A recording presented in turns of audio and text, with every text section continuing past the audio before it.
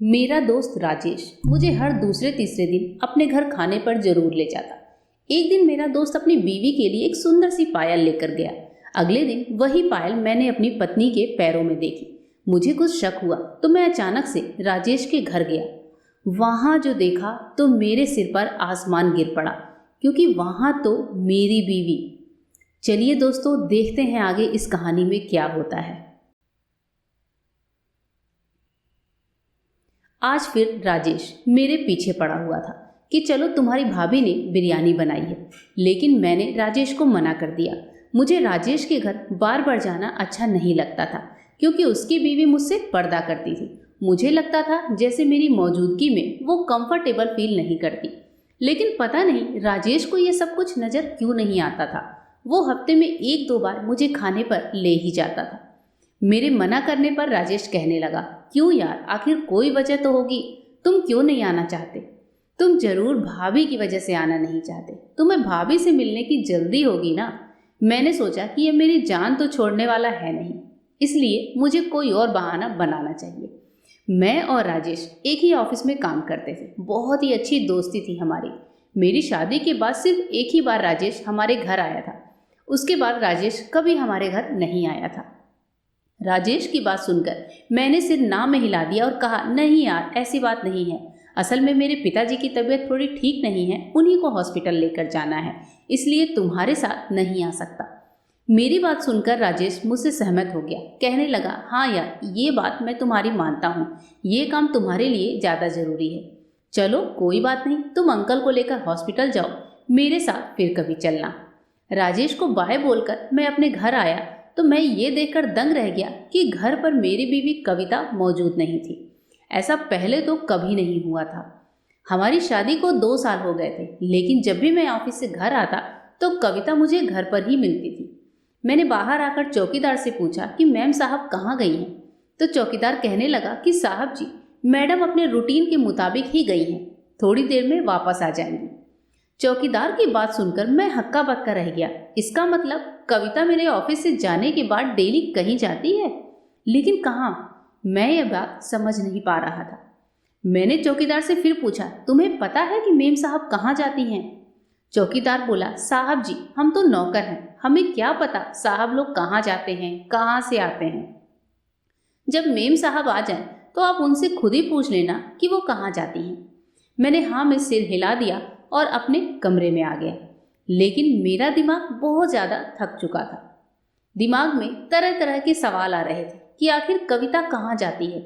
मैं इसी उलझन में बैठा हुआ था कि तभी राजेश का फ़ोन आ गया। पूछने लगा, यार अंकल की तबीयत कैसी है? डॉक्टर ने चेकअप किया या नहीं? डॉक्टर ने क्या बताया?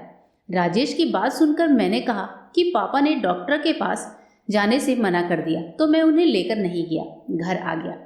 मेरी बात सुनकर राजेश कहने लगा, यार तुम भी कमाल करते हो, तुम तो कह रहे थे कि कल चेकअप कराना बहुत ज़्यादा ज़रूरी है। राजेश के कहने के अंदाज में हल्का हल्का गुस्सा था। उसकी बातें सुनकर मुझे भी गुस्सा आ गया। थोड़ा गुस्से में बोला, पापा ने जाने से मना कर दिया तो क्या पापा को कंधों पर उठा कर ले जाता? इतना कहकर मैंने फ़ोन काट दिया। अभी थोड़ी ही देर गुजरी थी कि कविता अंदर आई। वो बहुत ज़्यादा परेशान दिख रही थी। मुझे देखकर बोली, सॉरी, मैं तुम्हें घर पर नहीं मिली, तुम्हें भूख तो नहीं लगी? खाना लगाऊं? मैंने कविता से पूछा, तुम कहाँ गई थी? तो वो कहने लगी, पड़ोसन के घर गई थी। मैंने महसूस किया कि जैसे कविता मुझसे नज़रें चुरा रही है। मुझे ये बिल्कुल अच्छा नहीं लग रहा था कि कविता मुझसे नज़रें चुरा कर बात करे, लेकिन मैंने फिर इस बात को नज़रअंदाज कर दिया। कविता ने मेरे लिए खाने का इंतजाम किया। हम लोग खाना खाने बैठे कि तभी कविता ने मुझसे पूछा, सचिन, तुम पापा को हॉस्पिटल लेकर जाने वाले थे ना, क्या हुआ? डॉक्टर ने क्या कहा? कविता की बात सुनकर मैं हैरान रह गया, क्योंकि पापा को हॉस्पिटल ले जाने वाली बात मैंने सिर्फ राजेश को ही बताई थी। पापा को हॉस्पिटल ले जाने का कोई इरादा नहीं था मेरा, और ना ही कोई डेट फिक्स थी। ये बात तो मैंने राजेश से बचने के लिए ऑफिस में बैठे बैठे बना ली थी। फिर ये बात तो कविता को कैसे पता चली? मैंने कविता से कहा कि तुम्हें कैसे पता कि मैं पापा को हॉस्पिटल लेकर जाने वाला हूँ? मैंने तो तुम्हें इस बारे में पहले कुछ भी नहीं बताया था। मेरी बात सुनकर कविता हड़बड़ा गई। फिर हकलाते हुए बोली, मैंने तुम्हारे ऑफिस में फ़ोन किया था। वहीं से पता चला कि तुम पापा को लेकर डॉक्टर के पास जाने वाले हो। इसलिए मैंने सोचा कि तुम्हें आने में देर हो जाएगी, इसलिए मैं अपनी पड़ोसन के पास चली गई थी। कविता की बात सुनकर मैं चुप हो गया, लेकिन आज मुझे कविता का अंदाज थोड़ा बदला बदला लग रहा था। खाने के बाद कविता मेरे पास नहीं बैठी, वो जल्दी उठकर चली गई और किचन का काम समेटने लगी। मैंने भी ऑफिस का थोड़ा सा काम किया, लेकिन काम में मेरा मन नहीं लग रहा था। रात को जब मैं सोने के लिए लेटा तो मेरी आंखों में नींद नहीं थी। मेरा दिल बहुत ज़्यादा परेशान हो रहा था। चौकीदार की बातें सुनने के बाद मुझे याद आ रहा था कि मेरी बीवी मेरे बाद कहाँ जाती है, किससे मिलने जाती है। आखिर फिर मैं इसी नतीजे पर पहुंचा कि हो सकता है मेरी बीवी कविता पड़ोसन के पास ही जाती हो, क्योंकि मैं अपनी बीवी पर शक करना नहीं चाहता था, क्योंकि हमारी शादी को सिर्फ 2 ही साल हुए थे। कविता और हम बचपन से एक दूसरे को जानते थे। हमारी दोस्ती बचपन से ही थी। एक दूसरे का हम बहुत ख्याल रखते थे और एक दूसरे से मोहब्बत भी बहुत करते थे। बचपन से लेकर अब तक कविता ने मेरे साथ वफा निभाई थी। कविता मुझसे इतनी मोहब्बत करती थी कि मेरे बगैर सांस भी नहीं ले सकती थी। ये सोचकर मैंने अपने दिल को समझाया और सो गया। सुबह उठा, तैयार होकर ऑफिस गया तो राजेश ने मुझे आड़े हाथों लिया। नाराजगी दिखाते हुए कहने लगा, बहाना करके कल मुझसे पीछा छुड़ाकर भाग गए। पता है, मैंने स्पेशली तुम्हारे लिए बिरयानी बनवाई थी। जब तुम नहीं आए तो तुम्हारी भाभी मुझे बातें सुनाने लगी। कहने लगी कि बेकार में मुझे परेशान करते हो, इतनी मेहनत करवाते हो, तुम्हारा दोस्त तो आया ही नहीं। मैंने कहा, यार राजेश, भाभी मुझसे पर्दा करती है, इसलिए मैं नहीं आया। जब मैं घर पर होता हूँ तो उन्हें अपना चेहरा छुपा कर रखना पड़ता है। उन्हें बहुत ज़्यादा तकलीफ होती होगी, इसलिए मैं उन्हें परेशान नहीं करना चाहता था। मेरी बात सुनकर राजेश बोला, अरे यार, ऐसी कोई बात नहीं है। मेरी बीवी सिर्फ तुमसे ही नहीं, जब मेरा भाई आता है तो उससे भी पर्दा करती है। तो क्या अपने भाई को घर बुलाना बंद कर दूं? मैंने कहा, नहीं यार, वो तुम्हारा भाई है, उसे घर पर बुलाना क्यों बंद कर दोगे? लेकिन मुझे अच्छा नहीं लगता कि मेरी वजह से तुम्हारे घर में लड़ाई झगड़े हों। मेरी बात सुनकर राजेश हंसने लगा।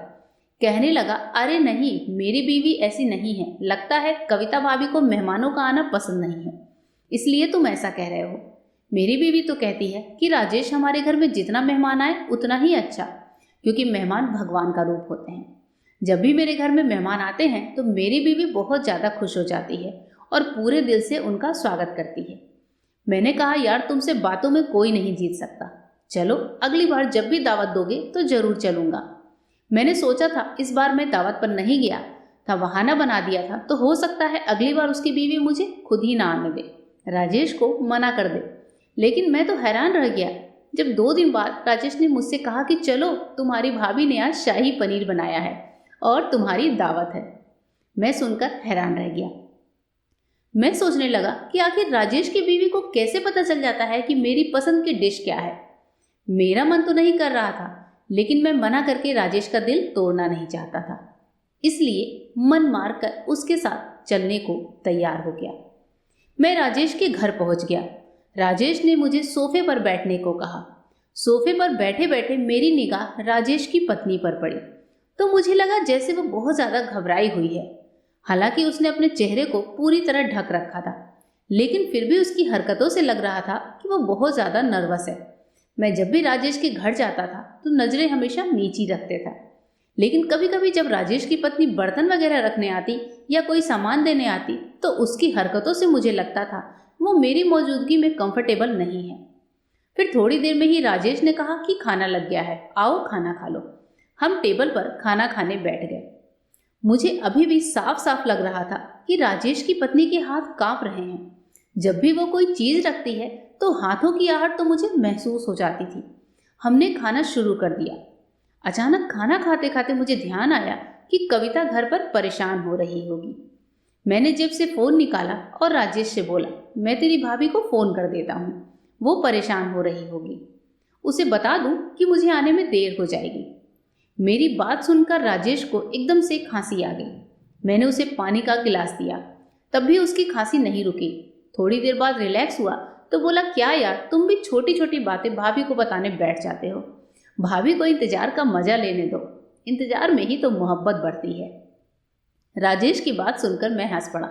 मैंने कहा, अरे नहीं यार, हम दोनों के बीच मोहब्बत तो वैसे भी बहुत है।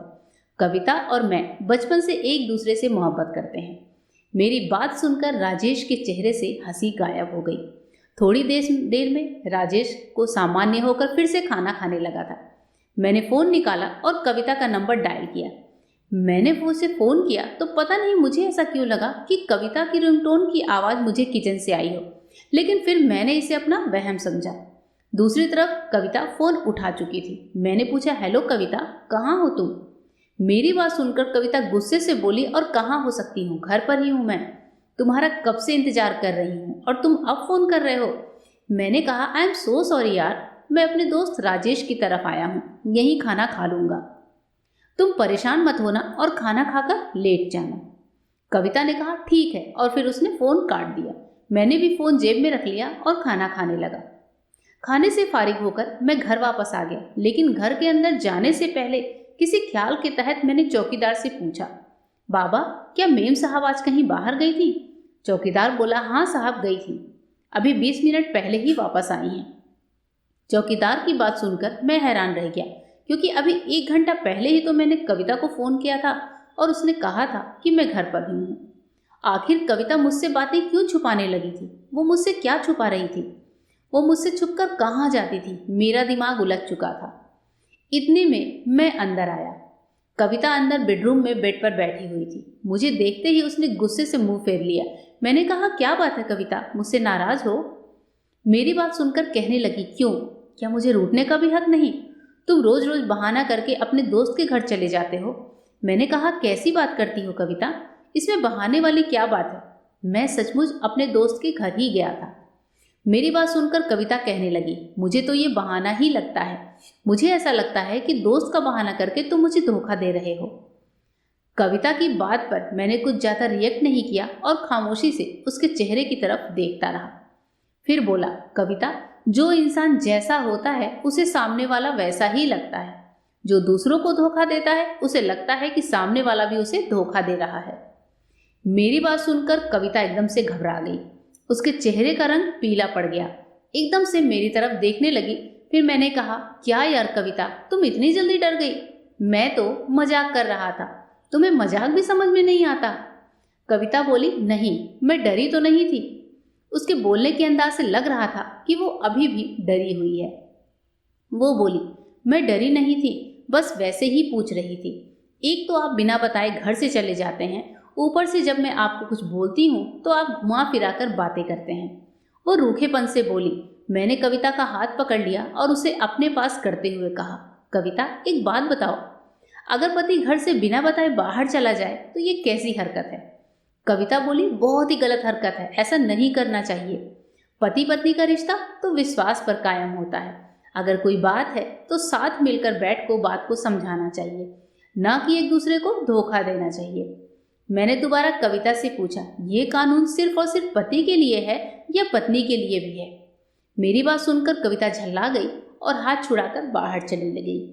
कहने लगी, पता नहीं राजेश के घर से ऐसी क्या चीज़ खाकर आते हैं कि ऐसी अजीब अजीब सी बातें शुरू हो जाती हैं, और यह अजीब अजीब सी बातें खत्म होने का नाम ही नहीं लेती।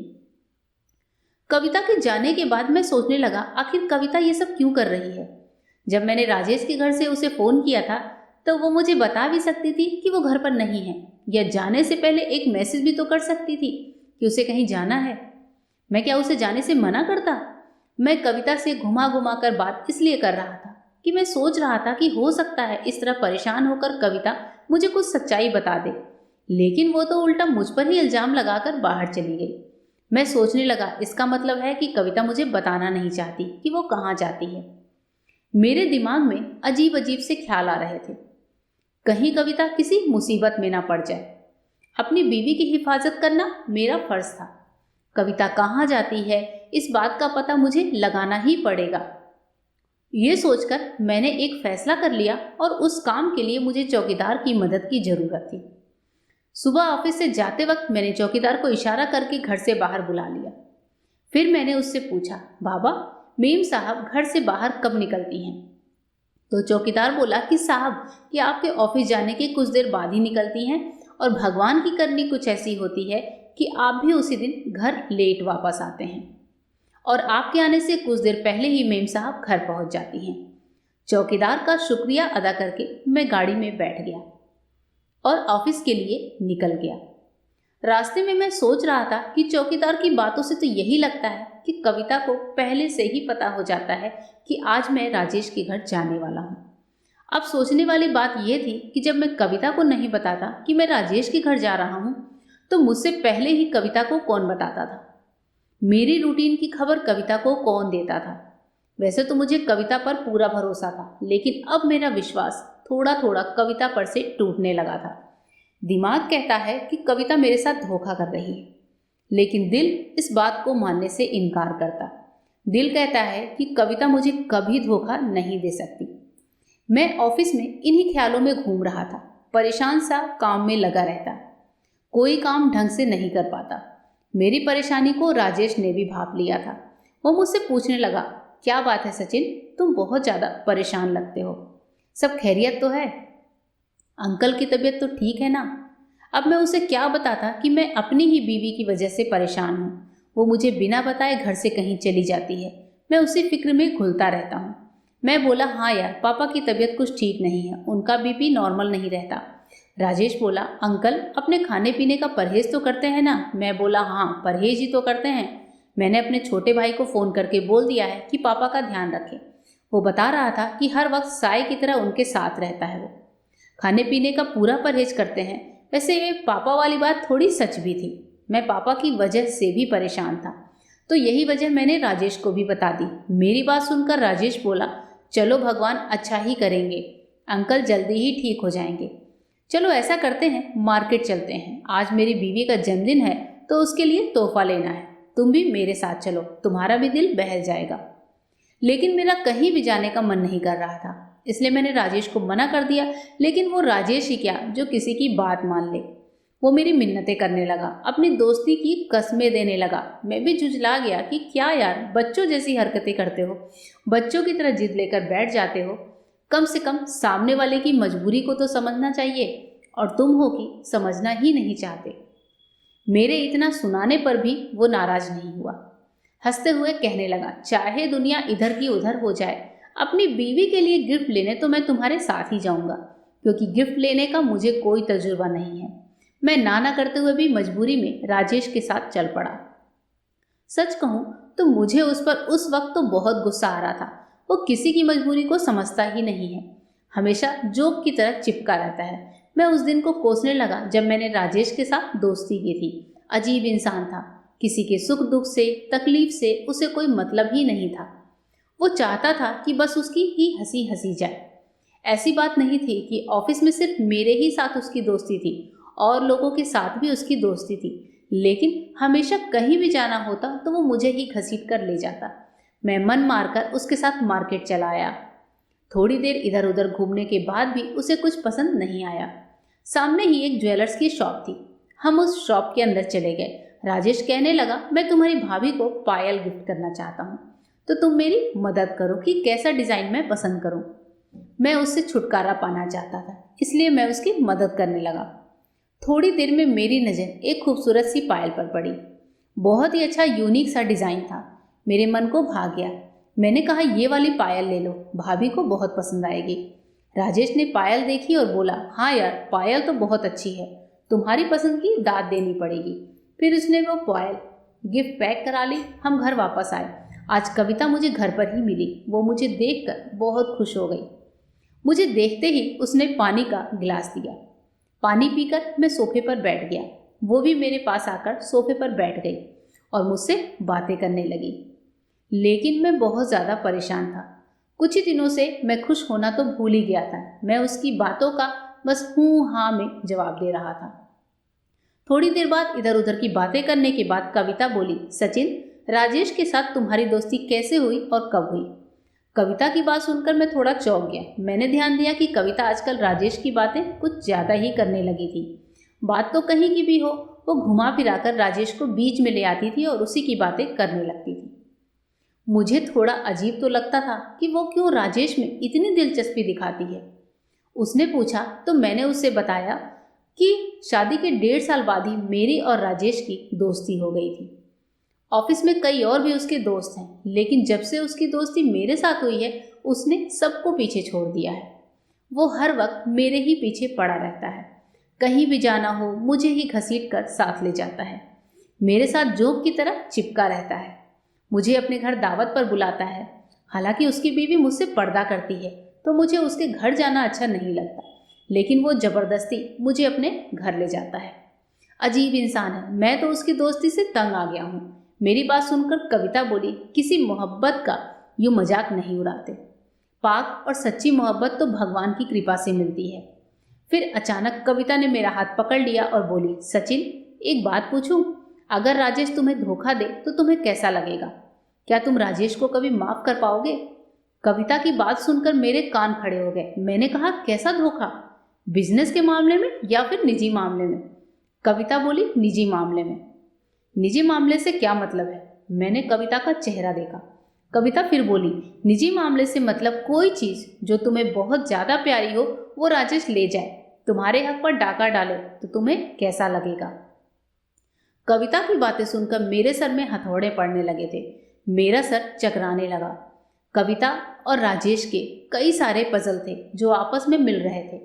मैंने कविता से कहा, कविता जो मेरी प्यारी चीज होगी, अगर वो मुझसे प्यार करती होगी तो कभी भी मुझे छोड़कर राजेश के पास नहीं जाएगी। मेरी बात सुनकर कविता बोली, नहीं सचिन, फिर भी मुझे बताओ, अगर तुम्हारी कोई प्यारी चीज राजेश के पास चले जाए तो तुम क्या करोगे? राजेश के साथ दोस्ती तोड़ दोगे या फिर उसे नुकसान पहुंचाने की कोशिश करोगे? कविता की बात सुनकर मैं चकरा गया। मैंने कविता को डांटते हुए कहा कि क्या बेकार की बातें लेकर बैठ गई हो। मेरी बातें सुनकर कविता थोड़ी उदास हो गई, लेकिन मेरी बातें सुनकर और मेरे तेवर देखकर वो किचन में चली गई। कविता के जाने के बाद मैं सोच विचार में गुम हो गया। मैं चाहता था कि ये सारा मामला खुलकर सामने आ जाए। मैं सारे राज को जानने के लिए बेचैन होने लगा और इससे पर्दा उठाने के लिए बेचैन होने लगा। अपने मन ही मन में मैं सोचने लगा, अगर पर्दा उठाने के लिए मुझे कविता पर सख्ती करना पड़े तो उसे करने से भी बाज नहीं आऊंगा। लेकिन कुदरत ने यह मौका मुझे अगले दिन ही दे दिया। अगले दिन जब मैं ऑफिस से घर आया तो कविता वही पायल पहने घूम रही थी जो पायल उस दिन राजेश मेरे साथ मार्केट से लेकर आया था। कविता के पैरों में वो पायल देखकर मैं चकरा गया। खुद को नॉर्मल करते हुए मैंने कविता से पूछा, कविता ये पायल तुम्हारे पैरों में बहुत अच्छी लग रही है, कहाँ खरीदी? मैंने बस वो बहुत ही सरसरी सा पूछा था जिससे कि उसे शक ना हो। मेरी बात सुनकर वो मुस्कुरा दी और कहने लगी, जब तुम ऑफिस चले जाते हो तो मैं अपने उसी दोस्त के घर जाती हूँ जिसके बारे में मैंने उस दिन तुम्हें बताया था। ये पायल मुझे उसी ने दी है। मैंने हाँ में सिर हिला दिया और अपने प्लान के बारे में सोचने लगा। अब आगे मुझे क्या करना है वो मुझे खूब पता था। अगले दिन मैं ऑफिस गया तो मैंने राजेश से कहा, राजेश मैं तुम्हारे घर खाने पर आऊँगा। राजेश खुश हो गया और उसने अपनी बीवी को फ़ोन कर दिया कि कुछ अच्छा बना कर रखे। छुट्टी होने से आधा घंटा पहले मैं राजेश से छुपकर राजेश के घर की तरफ चल दिया। राजेश के घर पर पहुंचकर मैंने अचानक से दरवाज़ा खोल दिया और सामने का मंजर देखकर मेरे पैरों तले से जमीन सिरक गई, क्योंकि सामने ही सोफे पर मेरी बीवी कविता बैठी हुई थी। कविता मुझे देखकर थर थर कांपने लगी। मेरा गुस्से से बुरा हाल था। मैं चीखते हुए बोला, कविता तुमने मेरे साथ इतना बड़ा धोखा क्यों किया? मेरे गुस्से से कविता थर थर कांप रही थी। रोते हुए मेरे कदमों में बैठ गई और कहने लगी, सचिन पहले मेरी एक बार बात तो सुन लो। मैंने तुम्हें कोई धोखा नहीं दिया। मैं ना चाहते हुए भी कविता की बात सुनने के लिए वहीं सोफे पर बैठ गया। कविता रोते हुए कह रही थी कि सचिन तुम्हें तो पता है कि मेरी एक और जुड़वा बहन भी थी, उसका नाम नमिता था। कविता तुमसे बहुत प्यार करती थी और यह बात उसने अपनी बहन नमिता को भी बताई हुई थी, लेकिन पता नहीं क्यों नमिता को कुछ दिनों से एहसास होने लगा था कि कविता उससे कुछ बातें छुपाने लगी है। नमिता ने उससे पूछा भी, लेकिन उसने टाल दिया। फिर एक दिन तुम्हारी और कविता की मंगनी तय हो गई। मंगनी के दिन भी कविता खुश नहीं थी। नमिता ने उसे लाखों पूछने की कोशिश की, लेकिन उसने कुछ नहीं बताया। फिर शादी का दिन भी आ गया। शादी के दिन भी कविता चुप चुप सी थी और फिर वही हुआ जो नहीं होना चाहिए। कविता घर छोड़कर भाग गई और वो अपने पीछे एक खत छोड़ गई थी जिसमें लिखा था कि वो किसी और लड़के से प्यार करती है। और उसी के साथ जा रही है, उसी के साथ शादी करेगी। मेरे माँ बाप नमिता के पास गए और कहने लगे, नमिता अब तुम ही हमारी इज्जत बचा सकती हो। तुम कविता बनकर मंडप में बैठ जाओ और अभी इसके साथ शादी कर लो। और इस तरह अपने माँ बाप की इज्जत को बचाने के लिए मुझे यानी कि नमिता को कविता बनकर तुमसे शादी करनी पड़ी। मैं अपने माँ बाप से बहुत प्यार करती थी और उनकी इज्जत को उछलता हुआ नहीं देख सकती थी, इसलिए मुझे नमिता से कविता बनना पड़ा। बाद में मेरे माँ बाप ने सबको ये कह दिया कि नमिता की हार्ट अटैक आने से मौत हो गई है। मेरी कोई गलती नहीं थी, लेकिन फिर भी मुझे मार दिया गया, सिर्फ अपनी इज्जत बचाने के लिए। सचिन, जिसे तुम अपनी कविता समझते हो वो तुम्हारी कविता नहीं बल्कि वो नमिता है। तुम्हारी कविता तो शादी वाले दिन ही तुम्हें छोड़कर भाग गई थी। तब से मैं ही तुम्हारे साथ कविता बनकर रह रही हूँ। उस दिन जब राजेश को हमारे घर तुमने दावत पर बुलाया था तो मैंने उसे पहली बार देखा था। मैं उसे पहचान नहीं पाई थी, लेकिन मेरी और कविता की शक्ल एक जैसी थी, इसलिए राजेश मुझे पहचान गया था। क्योंकि कविता ने राजेश से ही शादी की थी। उसने घर जाकर कविता को मेरे बारे में बताया और फिर कविता ने मुझे कॉल की थी। कविता और मैं एक दूसरे से संपर्क में आ चुके थे। हम दोनों बहनें आपस में बातें कर लेते थे, इसलिए राजेश तुम्हें जबरदस्ती खाने पर ले जाता जिससे कि हम दोनों बहनें आपस में मिल सकें। तुम लोग बाहर खाना खा रहे होते थे, तब तक मैं और कविता अंदर कमरे में बैठे आपस में बातें करते थे। तुम्हारे जाने से पहले ही मैं निकल लेती थी और तुम्हारे से पहले ही मैं घर पहुंच जाती थी। मैं आपके ऑफिस के टाइम पर कभी भी घर से बाहर नहीं निकलती थी, क्योंकि अगर आप मेरे पीछे से घर आ जाते तो आप मुझ पर शक करते और फिर मैं आपको क्या जवाब देती। जब आपको राजेश के घर जाना होता था तभी कविता मुझे कॉल करती थी, मुझे अपने घर बुलाती, फिर मैं कविता के घर चली जाती। उधर राजेश आपको घर ले आता, आप राजेश से बातों में लगे रहते और मुझे मेरी बहन से मिलना हो जाता था। इतनी ही देर में कविता भी एक कमरे से निकलकर आ गई थी। वो भी रोते हुए मेरे सामने बैठ गई और कहने लगी, प्लीज़ सचिन मुझे माफ़ कर दो, मुझे राजेश से मोहब्बत हो गई थी, इसलिए मैं उस दिन घर से भाग गई थी। इसलिए मैंने तुम्हारे साथ शादी नहीं की थी। अगर मैं राजेश से मोहब्बत करते हुए भी तो हमारे साथ शादी कर लेती तो ये तुम्हारे साथ बहुत बड़ा धोखा होता। मोहब्बत तो मैं राजेश से करती और शादी तुम्हारे साथ करती, ये मुझे बिल्कुल भी गवारा नहीं था। इसलिए मैं उस दिन घर से भाग गई थी। नमिता के रूप में तुम्हें बहुत ही अच्छी बीवी मिली है, प्लीज़ मेरे किए की सज़ा उसे मत देना। मैंने नमिता का हाथ पकड़ा और उसे घर ले आया। मैंने कविता से और राजेश से बातचीत करना बंद कर दिया। मैं उन लोगों से नाराज़ हूँ, उन लोगों ने मुझे धोखे में रखा। मैं नमिता से नाराज़ नहीं हूँ, क्योंकि उसके साथ तो वैसे भी गलत हुआ है। नमिता मुझे हर वक्त समझाती कि कविता को और राजेश को माफ़ कर दो और उनसे सुलह कर लो, लेकिन मैंने अब तक कविता को और राजेश को माफ़ नहीं किया है और ना ही उनसे कोई बातचीत की है। कविता की मुझे रोज़ कॉल आती है और राजेश भी मुझे रोज़ कॉल करता है। ऑफिस में भी मुलाकात होती है तो मैं उससे बचकर निकल जाता हूँ। अब आप लोग ही बताइए कि क्या मुझे कविता और राजेश को माफ़ कर देना चाहिए? क्या मुझे उनसे बातचीत शुरू कर देनी चाहिए? जो कविता और राजेश ने मेरे साथ किया, क्या वो सही था? अपनी राय कमेंट बॉक्स में ज़रूर देना। तो दोस्तों, आपको हमारी ये कहानी कैसी लगी कमेंट बॉक्स में ज़रूर बताना। कहानी पसंद आई हो तो प्लीज़ लाइक करना। ऐसी और कहानियों के लिए हमारे चैनल को सब्सक्राइब करना। Thank you.